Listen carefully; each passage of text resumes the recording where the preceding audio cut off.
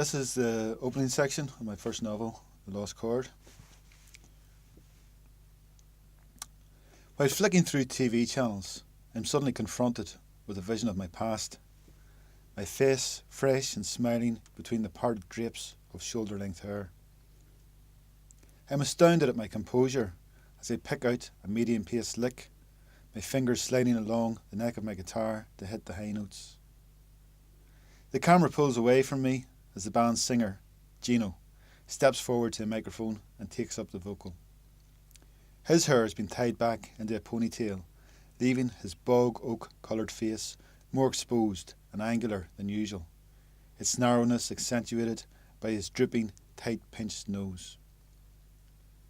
From his left ear hangs a tangled crucifix, and from the long, purple suede coat that he wears dangles a variety of medals, badges, feathers, and shrubbery.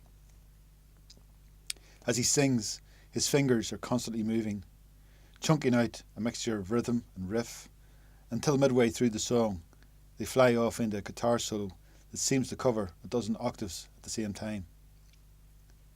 The camera breaks from Gino and pans to his right, where the bass player, Finn, perches casually on the drum riser, with one booted leg curled around the other as he expertly manipulates notes from his instrument.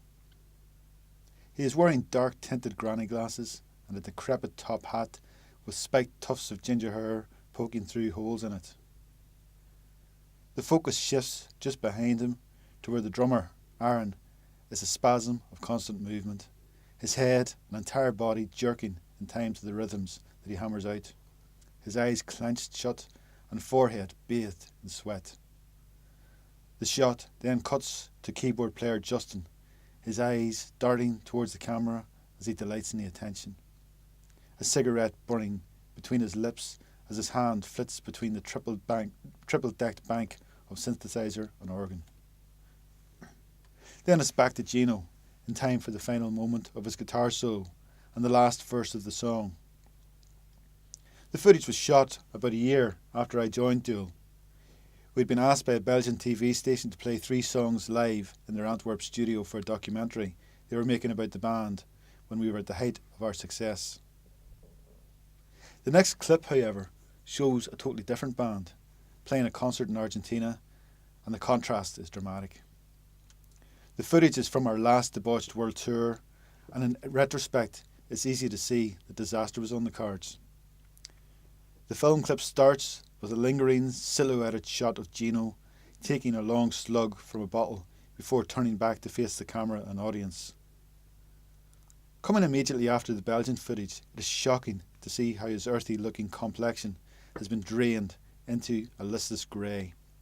The sinews of his neck and forehead are prominent, and his eyes are covered by shades. He strums a couple of times at his guitar, shrugs, and almost accidentally picks up the opening riff of a song called Sahara Night, followed half-heartedly by the rest of the band. A shot of Aaron shows him making all the right moves, but with little passion, for while he taps out a faultless rhythm, his body is rigid and tense. Finn's hair is still spiked and fiery, and he wears his tinted granny glasses, but he too seems lethargic, standing slumped against an amp, his face set into a scowl. Justin nods in time at his keyboards, but avoids eye contact, and the camera which pans across to where I am standing in the half shadows at the side of the stage. My head is dipped towards my guitar, and I seem oblivious to the intrusion of the camera as I play a counter melody to Gino's riff. When I look up, I glance across the stage to where Gino is, my eyes haunted and wary, afraid that any minute he will launch an attack on some member of the audience.